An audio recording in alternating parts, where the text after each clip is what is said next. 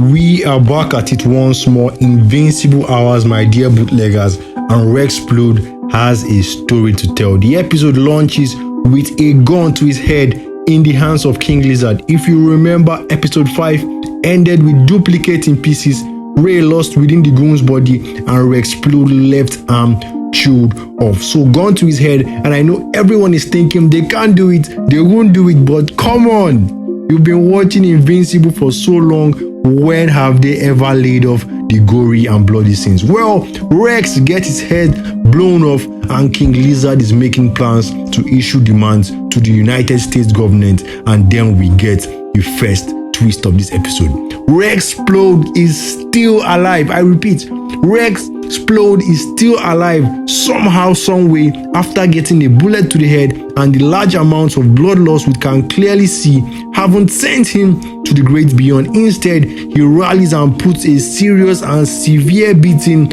on King Lizard, nearly killing him in the process. Seriously, no one knew Rexsplode had it like this. If not, we would have given him more respect. Bullet to the head, left wrist gone, multiple cuts to the body, and countless injuries, and still gets up to beat the stuffing out of King Lizard. I mean, talk about balls of steel. Now, the next revival is that of Ray, who has been trapped within the body of this big dude and manages to crawl her way out of his severed neck. So, two superheroes back from this disastrous and yet successful mission, and it is a weird victory of sorts because the hits and losses they took don't even compare to the victory or the mission size. Now, our space heroes are still locked in battle with the circuits. You remember our squid-like species who like to take over the minds of their host. Well, Rudy the robot finishes his modified EMP blaster just in time, but getting it close to the main host is a problem.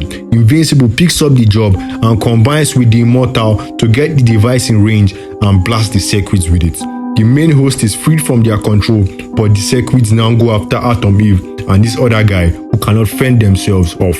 A second blast is required to rid them of the circuits, and the heroes make their escape, locking the circuits within this room in the Martian ship. The Martians are pissed off with Shapesmith and demand his detention for execution, but the heroes make off with him while Invincible derails the pursuing Martian ships. Now we have a full ship of circuits and Martians whose skin is impervious to the attacks, while the heroes race home to meet the disaster from the King Lizard mission. The fallout of these missions hits everyone hard. The Immortal, as his name suggests, has lived thousands of years, but Kate's death has him shook very badly. Rex, on the other hand, is recovering nicely and will have a robotic hand installed to replace his lost wrist. Invincible and Amber are at crossroads, balancing their relationship with his superhero commitment. Invincible is pouring his problems to Art, their costume maker, while Amber has Atom Eve's here for her troubles. It's kind of funny because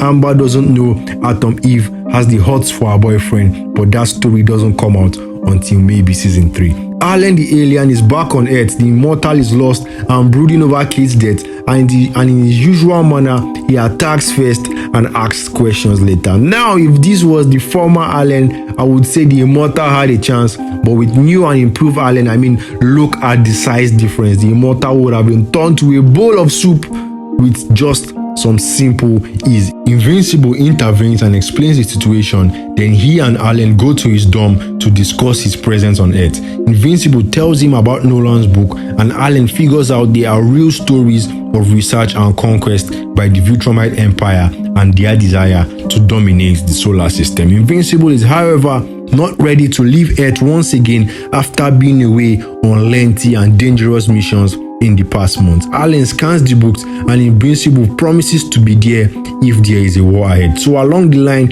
in future episodes, we will find out that Nolan's missions were search and destroy missions ordered by the Viltrumites to destroy or acquire anything that could pose a threat to the Viltrumite conquest. Now, Nolan is still alive in the Viltrumite ship, and General Krieg is giving him conditions to be welcomed back into the fold. And if you listen closely, you will understand that all is not well in the Viltrumite camp. Why would they want a known betrayal and turncoat back in the Empire? And now that's something you have to find out in the coming episodes, because I am not going to spoil it for you. Anyway, Nolan refuses and General Krieg is annoyed and promises retribution to Earth, who have turned one of Viltrum's strongest soldiers into a sin-parring weakling. Now to our long-lost host for the circuit, he is back on Earth and has reclaimed his life and his old apartment, but he begins to fall sick. It turns out circuits are not just external type organisms, but one has made its way into his system as well.